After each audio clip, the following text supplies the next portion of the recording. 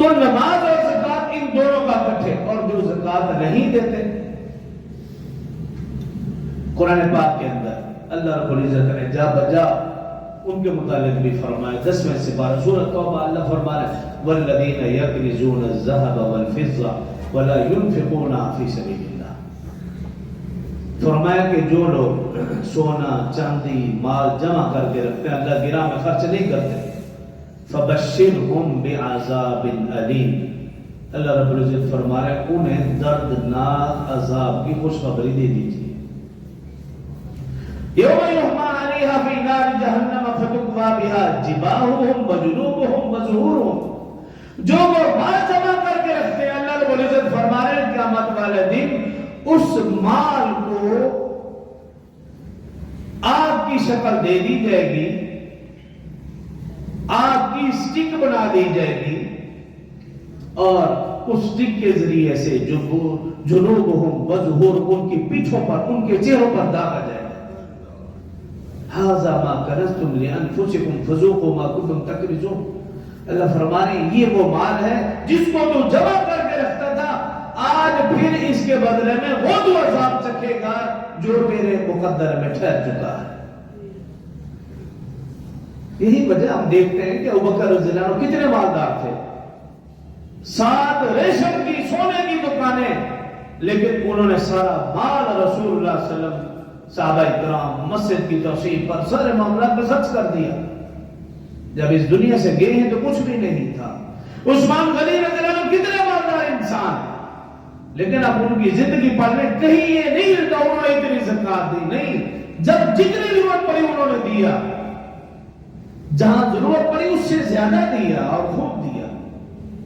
صحابہ کرام رضوان اللہ علیہم اجمعین کا تو یہ طرز عمل تھا، اور میرا اور آپ کا جو معاملہ وہ ہمارے سامنے ہے۔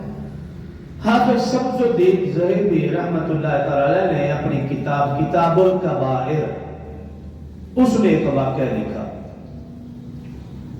کہ ایک بزرگ تھے محمد بن یوسف فربی رحمۃ اللہ تعالی، وہ اپنے دوست محمد بن سنان رحمۃ اللہ علیہ کے پاس گئے کچھ دوستوں کے ساتھ۔ یہ واقعہ انہوں نے اس کتاب میں لکھا کہ محمد بن یوسف فربی رحمہ اللہ اپنے دوستوں کے ساتھ اپنے دوست محمد بن سنان رحمۃ اللہ علیہ کے پاس گئے۔ جب ان کے پاس پہنچے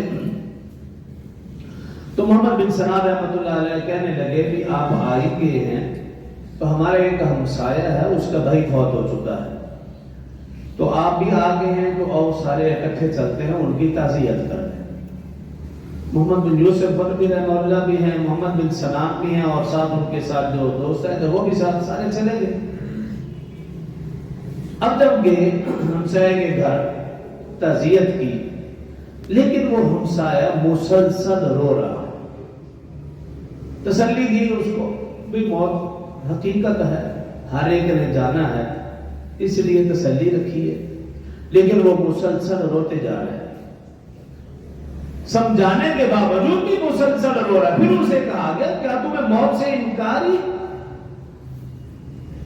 کیا موت کی حقیقت کو نہیں جانتے؟ وہ کہنے لگا میں سب کچھ جانتا ہوں، سمجھتا ہوں، میں رو اس وجہ سے رہا ہوں جو میرے بھائی کو صبح و شام مسلسل عذاب ہو رہا ہے، میں اس کی وجہ سے رو رہا ہوں۔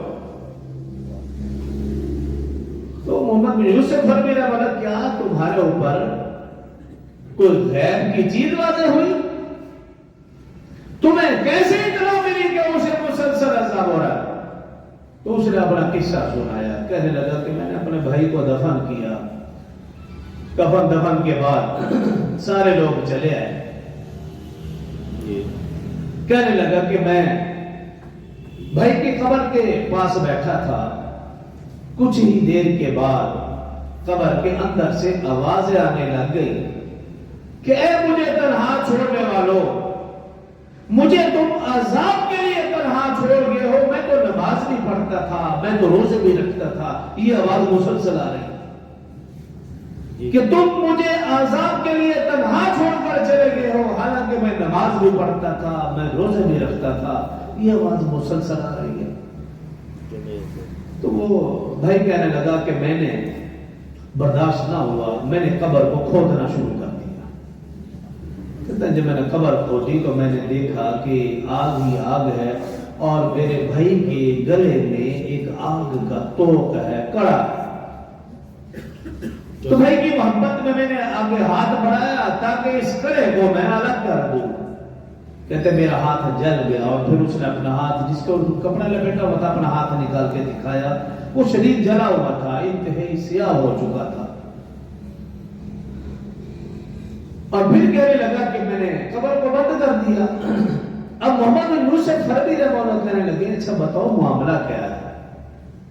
کہنے لگا بھی معاملہ تو کچھ نہیں، میرا بھائی نیک تھا، نمازوں کا پابندی سے اہتمام کرتا تھا، روزے بھی پورا رکھتا تھا، صرف ایک کمی تھی کہ وہ زکوٰۃ نہیں دیتا تھا۔ اور پھر محمد بن یوسف فربی رحمہ اللہ نے فوراً آیت مبارکہ تلاوت کی، چوتھے سپارے کی، وَلَا يَحْسَبَنَّ الَّذِينَ يَبْخَلُونَ بِمَا آتَاهُمُ اللَّهُ مِنْ فَضْلِهِ، کہ جن کو اللہ نے مال دے رکھے وہ یہ گمان نہ کریں کہ یہ میں نے اپنی محنت سے کمایا ہے، اس مال میں وہ بخل نہ کریں، بل هُوَ خَيْرٌ لَهُمْ، وہ یہ نہ سمجھیں یہ ہمارے لیے بہتر ہے، بل شر لہم، بلکہ یہ ان کے لیے برا ہے۔ آگے اللہ نے کیا فرمایا، سَيُطَوَّقُونَ مَا بَخِلُوا بِهِ یوم القیامہ، اگر وہ یہ سمجھتے ہیں مال میں نے اپنی محنت سے جمع کیا ہے اور اس کو اللہ کی راہ میں خرچ نہیں کرتے، تو پھر انتظار کریں اس دن کا کہ قیامت والے دن اللہ اس مال کا توق بنا کر اس کے گلے میں ڈالے۔ ان بزرگوں نے اس آیت کی تلاوت کی اور پھر تشریح کر کے اس کو سمجھایا۔ تو آج ہمارا بھی یہی معاملہ ہے۔ آج ہم دیکھتے ہیں کہ نمازی حضرات، غیر نمازی سے میں نے کہا توقع ہی نہیں کہ وہ زکوٰۃ دے گا، کیوں؟ جس کے دل میں نماز کی اہمیت نہیں، وہ زکوٰۃ کی کچھ نہیں جانتا۔ افسوس ان نمازیوں پر ہے کہ جو نماز تو متغنہ پڑھتے ہیں، لیکن اگر ان سے پوچھ لیا جائے کہ زکوٰۃ کیا ہے، وہ کہیں گے ہم نہیں جانتے، معلوم ہی نہیں ہے۔ حالانکہ وَأَقِیمُوا الصَّلَاةَ وَآتُوا الزَّکَاةَ، نماز اور زکوٰۃ کا دونوں کا ذکر اکٹھے اللہ نے کیا، قرآن میں کیا، بار بار کیا اور کثرت سے کیا۔